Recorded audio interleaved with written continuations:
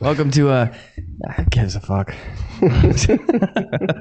Welcome to the worst way you could spend the next 8 to 45 minutes. We don't ever know. This week. Welcome to your last chance to turn us off. Yeah, I don't know. I think I'm tapped out, dude. The ATM's empty. I got nothing. Welcome to the way we are both disappointing both of our families individually. Yeah. All right, you ready for some nonsense? Yep. An Indian man named Rajesh Vishwash dropped his cell phone in a water reservoir while attempting to take a selfie. Turns out he was a government official and requested that local divers attempt to recover the device, claiming it contained sensitive government data. After they were unsuccessful, he ordered the reservoir to be drained, utilizing diesel pumps while he sat under a red umbrella watching.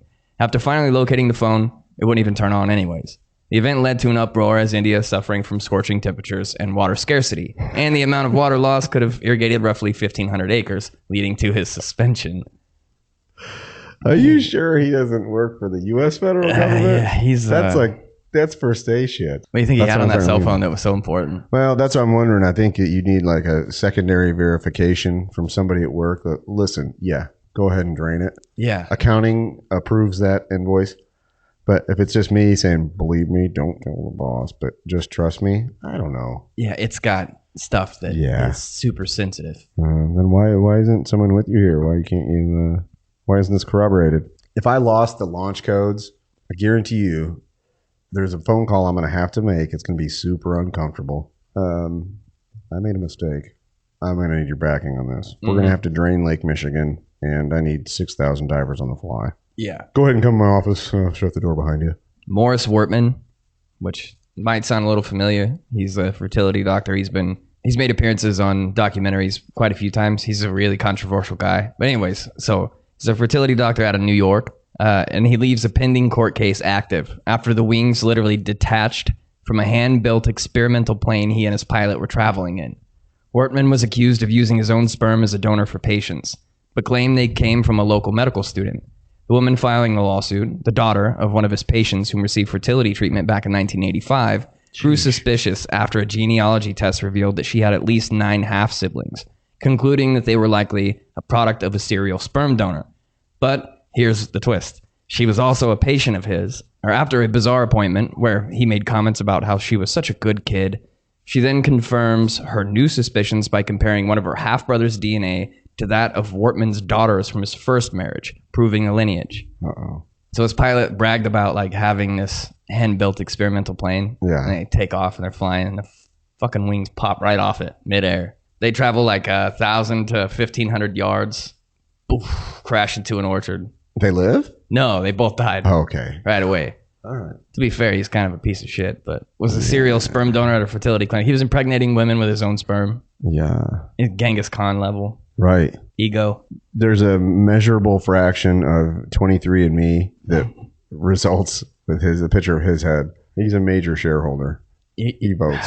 Can you imagine how much of that shit that's not even known about too? I wondered where the experimental aircraft thing was going there. So you think it was I forgot to write down somebody was turning a wrench and mad at him and maybe loosen up the wings? Or Well, the pilot died too. I'm pretty sure the pilot built the plane. And I forgot to document the model of plane it was. To me, it didn't have much value. Maybe, Right. To the aviation experts who listen to us. Sure. They have a little more insight to it, but They would say, listen, the torque spec on that is not 2.5 pounds. they give us the what You for. got to give her Yeah. another crank. Pretty wild, though. He was on like a Netflix documentary too, I believe. And a few other ones, like That sounds familiar. Yeah, he sounds familiar. Morris Wortman. He was, a bit notorious, but he got away with it all. He was still a fertility doctor. And the reason why is because he's like one of those people that is the exception instead of the rule. So the laws don't apply to things because things haven't happened like this before. Right. So you have to create laws to protect There's people from no these kind of things happening. There's no tactical precedent for this, sir. It's an unconventional engagement. And everybody, in court's like, well, what the fuck? There's not laws for this. We don't know what to do. So a man in Colorado was pulled over for speeding. Upon the car coming to a halt, the officer conducting the stop watched as he maneuvered around quickly inside of his car, eventually emerging from the passenger side. When approached, he claimed that he had not been behind the wheel, and instead he swapped places with his dog, blaming the canine for the reckless driving. When the officer asked about how much the man had had to drink, which to be fair at this point is a reasonably fair question, he decided to try and flee and only made it like 20 yards before he was eventually detained. There's a lot of holes in your story. I love the idea of it being a chihuahua, just like sitting in the driver's seat. I was just like, fucking clearly, it was a dude. pug. Yeah. Clearly this isn't what happened.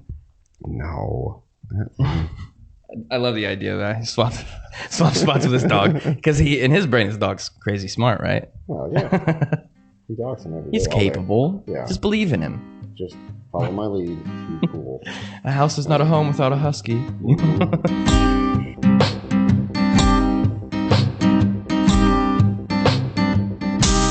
Hello, and welcome to the Fundamentals of Nonsense. So last week was incredibly fun. We had our first guest on the show, the Canadian all-metal band Sibylline. And Sonny, I want to take a second here to thank you for your energy. Everything you brought with you last week. I was a bit unprepared for the interview. I was super busy trying to get everything set up and in order for the show. You were fantastic in commanding the interview. And I am very, very grateful to have you on the other side of the table with me. Thank you, good sir. Oh, you're welcome, sir. No, it went great. Those guys were a good time. I'd love to hear how they're doing now and how the shows have done since we spoke here. So I think as of today, they just wrapped up tour. Good deal. I thought so. I think that's the case. Hopefully we hear back from them. It was a blast having them on. Good. I'm sure they'll go back to the studio. I'm not sure what their tour schedule and what their plans are for writing more, but I'm curious to see how the next one goes with them just coming down here. Yeah, it seems like they had a blast. South of the border. Yeah, south of the border. That's right. It seems like they had a blast. I followed them throughout the tour on social media. It looked like they had a ton of fun. Ed looked like he had an absolute blast. There's some really great pictures of him. Outstanding work, sir. So back to us. We've been at it pretty hard now for just over 2 months. And I got to say, the air is getting mighty thin up here. We've been working really hard at creating serviceable content for our tens and tens of listeners. And now that we've kind of locked in, a fan base, the eluding question is financial success and what that looks like for us. We're obviously being very patient, and personally, the both of us are very reluctant to plug ads into the show. We have quite a few offers on the table right now, and maybe in the future we choose to promote something that doesn't take away from the listener's experience. But in the meantime, it seems prudent not to look to the future. So I spent a bit of time researching various methods that others have historically applied to achieve the title of wealthy. We even did a story on Timothy Dexter a few episodes back, and that story alone proves that striking gold is almost entirely unpredictable. He's my life coach. It hasn't translated for me yet, but it will. He's proof of that saying that you miss 100% of shots you don't take. He took them all. He took every shot. Yeah. So we do also operate under pseudonyms here on the Fundamentals of Nonsense. I don't think we've quite openly discussed that yet. Maybe because once I fully disclose mine, it'll be very obvious. I'm not just your host, Sam. I'm your host, Sam Handwich. But anyways, one of the most important pseudonyms in financial history is that of Satoshi Nakamoto, the individual or a group of individuals that invented Bitcoin, the world's very first cryptocurrency. And to this day, their identity is still unknown, which is insane, right? I mean, considering the large role Bitcoin plays in modern finance. I don't even know how it's possible. Look at the recent events with cryptocurrency and scandal. How do you remain anonymous when you're the heavyweight, undisputed champion of that industry? Yeah, to me, it's baffling. Yeah, to think that something is worth nearly $30,000 on the market right now, and we have no idea who even created it. Right. How have they been able to maintain that? I think the idea behind it just was able to come to life. I don't know that there needs to be anybody behind. Right. I know for a fact there's like analyzers and stuff like that, and people who have responsibilities in the Bitcoin market at this point. But I don't know that it needs somebody at the top of it. No, but somebody was like, there was someone that had the final say so. So you think they kind of achieved escape velocity while the getting was good, and now it's out of their hands. You know what I mean? It's kind of up for debate because there's no feasible evidence for anybody ever to be actually that's so strange this title. I would assume it was like it's a unspoken certainty. You know what I mean? Right. Like, no, he won't acknowledge it, and that's the way it is. But we were all certain this group's the major developer. You would think like inner circle stuff. Yeah. Like as you climb up the ladder you think you'd be able to speculate, just follow the money, and then this is who it is. But they don't take responsibility, kind of thing. So I'll start with a couple of things that we do know about Bitcoin and its creator. Shoot. In October of 2008, the white paper, which laid out the theory and the operating structure for Bitcoin, was published with the author's title of Satoshi Nakamoto. His first appearance. And they are also credited with creating the source code and sending emails out and posting in forums under that pseudonym as well. The last email sent under this name was in April of 2011, stating that they were moving on to better things. The final forum post under the pseudonym was in 2014, and it simply stated, "I am not Dorian Nakamoto." So Dorian was a Japanese-American physicist whom Newsweek magazine itself claimed in rather espionage-esque articles to be the creator of Bitcoin in March of 2014. Dorian denied the claims, stating that the article had created a great deal of stress and confusion for him and his family. He went on to say, "I did not create, invent, or otherwise work on Bitcoin." And as it turns out, he had been unemployed for almost a decade and had to shut his internet off in 2013 because he couldn't afford to pay the bill. And he'd never even heard of Bitcoin until his son mentioned it after being contacted by reporters. You know, if I did like a Venn diagram, if I was investigating to figure out who is, at the root of this, I would probably early in the game, I would trim out those without internet access. You would think, right? It'd be a step early. So I can remove this entire section here. I can filter this. I thought that too, because I thumbed through the Newsweek articles that claimed he was the creator of Bitcoin. Like I said, it seemed really espionage-esque and contacting a lot of people around this guy. It didn't hold a ton of gravity to me when I went through it, and eventually I believe was entirely discredited in general as Dorian Nakamoto being Satoshi. It's just considered to be untrue. But if he did, though, and he did possess the discipline to do it that way, wouldn't that be the way to do it? As soon as they walk away, he slides plane tickets out of his back pocket and he's like, "Yeah, we're in the clear." Yeah, if you could do it, it's the opposite of the John Gotti. So you don't get the $8,000 suit and want everybody to know you're there. Yeah, he talked a lot about how he was like a model train enthusiast and all this stuff. The guy met him through model train forums or something. And I was like, this seems far-fetched for this to be the guy that created an economical rift to the degree that it seems like remaining anonymous. That's an insurmountable task to disappear if you're the guy that was at the head of that. You'd be on it seems like the remaining anonymous was probably a very smart decision when you're creating a decentralized currency. I mean, everybody has their hands in it now. Yeah, that's part of the principle behind it. But I just can't imagine how he maintains that. So I think the key there is maybe it was just a group of people operating under a single pseudonym. Makes more sense, doesn't it? If there was more than one, spread out the blame. Because then you're all protecting each other part too. Of the code. Yeah, if it's just you, it's like everybody has their own individual key, and you put them all together, and then they unlock the vault. Yeah. So after denying to be Dorian, Satoshi completely fucking disappears forever. Decent. Using timestamps on emails and forum posts by Nakamoto, it is believed that they were based out of either the East or West Coast in the US or the UK, which casts a pretty broad net. We're pretty sure it's between there. Yeah, San Francisco to London. You know where it's not? Part of this too, the timestamps were a big deal, but they also used British Commonwealth spelling, adding the letter U to favor and color and stuff like that. So it led to the belief that they either hail from the UK also, or they were educated there at least. Sure. Well, that doesn't narrow it down either, though. It seems like if you're that high level computer programming, you don't make mistakes like that. To me.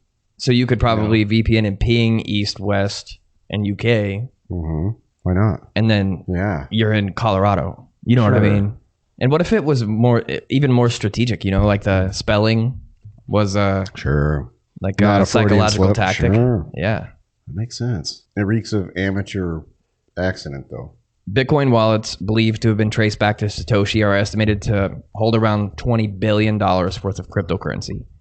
But the only transactions from those wallets ever was in 2009 when Satoshi completed the first ever Bitcoin transfer of 10 coins to a guy named Hal Finney, a cryptographer who is another individual suspected to have been Satoshi himself.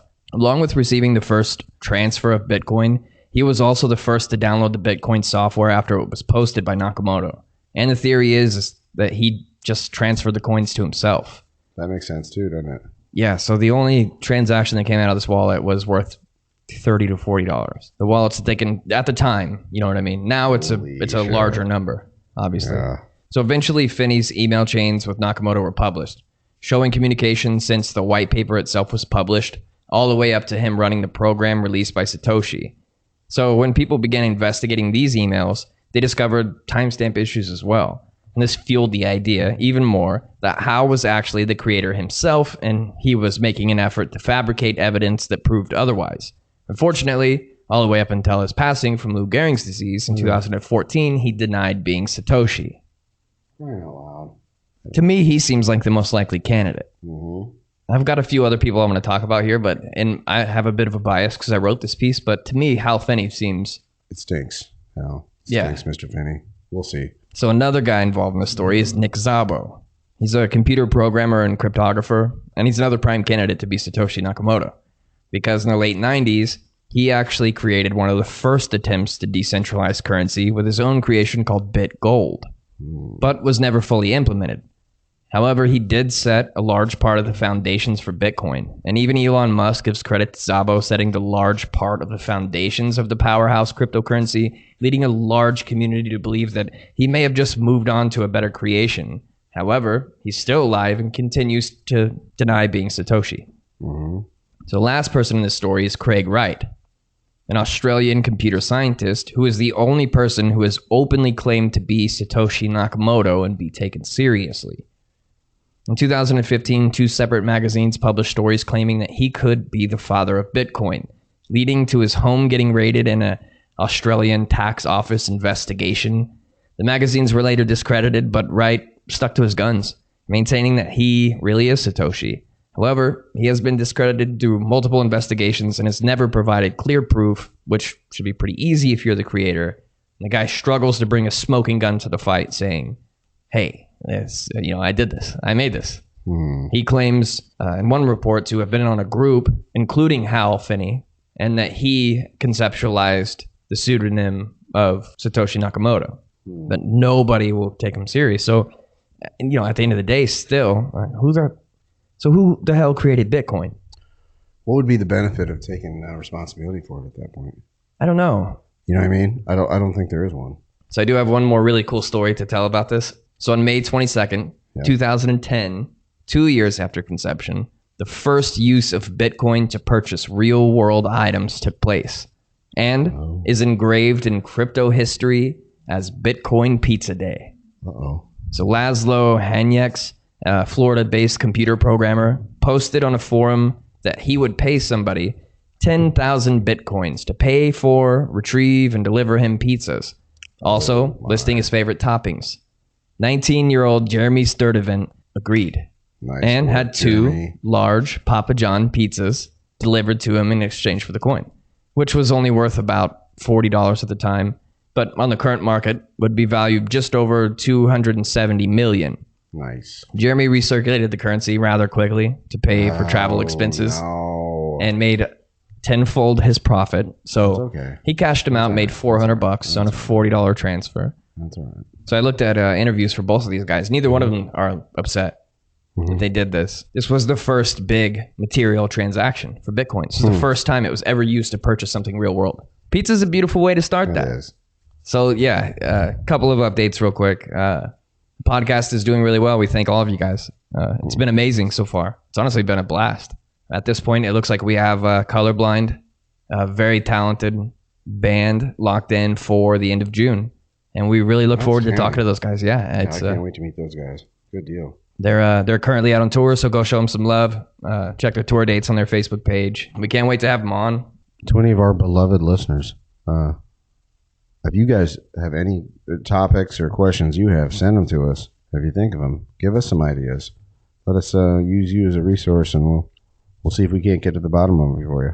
You win a free T-shirt, possibly a koozie. We'll see. If you are the winner of my topic contest, you don't just get one of the Fundamentals of Nonsense T-shirts. You get one of the original 9. So you're a charter member. It's important. Remember I said that. Yeah, hold him to it. All right, we're done wasting your fucking time. All right. Never get that just back. Kidding. I'm just kidding. We love you. We love you both or whatever.